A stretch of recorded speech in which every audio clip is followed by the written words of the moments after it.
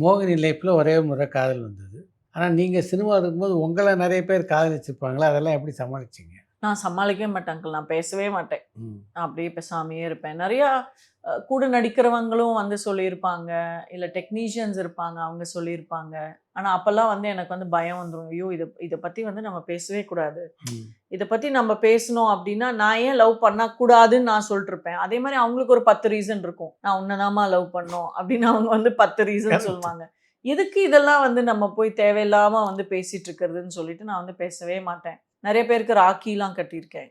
ராக்கி என்னைக்கு ராக்கி வரும்னு வெயிட் பண்ணிட்டுருப்பேன். அந்த ராக்கி அன்னைக்கு அந்த ஷூட்டிங் ஸ்பாட்டுக்கு நான் போயிடுவேன். ராக்கி எடுத்துட்டு போய் கட்டிட்டு, நீங்க வந்து என்னுடைய கூட பிறக்காத சகோதரர் அப்டின்னுலாம் சொல்லி அந்த மாரிலாம் பண்ணியிருக்கேன். பட் எதையுமே நான் வந்து ஒரு பெருசா ஒரு சீரியஸா எடுத்துக்கிட்டதும் இல்ல. அவங்கள ராங்கா என்கரேஜ் பண்ணதும் இல்ல. நான் நடிகை ஆகும்பொழுதே வந்து எங்க அப்பா, அம்மாலாம் ரொம்ப பயமுறுத்தி தான் வந்து உள்ளுக்குள்ள விட்டாங்க.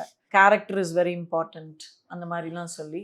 ஸோ அதனால இத்தன பேர் நம்மள வந்து எதுக்கு காதலிக்கிறாங்க? கண்ணுக்காக, மூக்குக்காக, அழகுக்காக காதலிக்கிறாங்கன்னா, அது வந்து ஒரு காதல் இல்லங்கிறது தான் இன்னி வரைக்கும் என்னுடைய ஒரு நம்பிக்கை. என்னுடைய ரியல் மைனஸ் பாயிண்ட்ட பார்த்து யார் என்ன அப்பயும் காதலிக்கிறாங்களோ, அதுதான் உண்மையான காதலா இருக்க முடியும். ஸோ நேத்திக்கு ஈரமான் ரோஜாவ படம் பார்த்து, இன்னைக்கு லவ் பண்ணி, நாளைக்கு வந்து மழையில முளைச்ச காளான் மாரி அது காணாம போயி, so I never believed in all those things. But I am very grateful.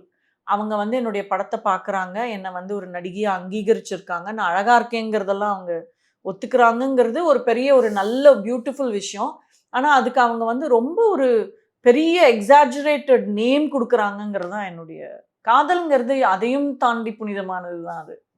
இதெல்லாம் காதல் சொல்ல முடியாது.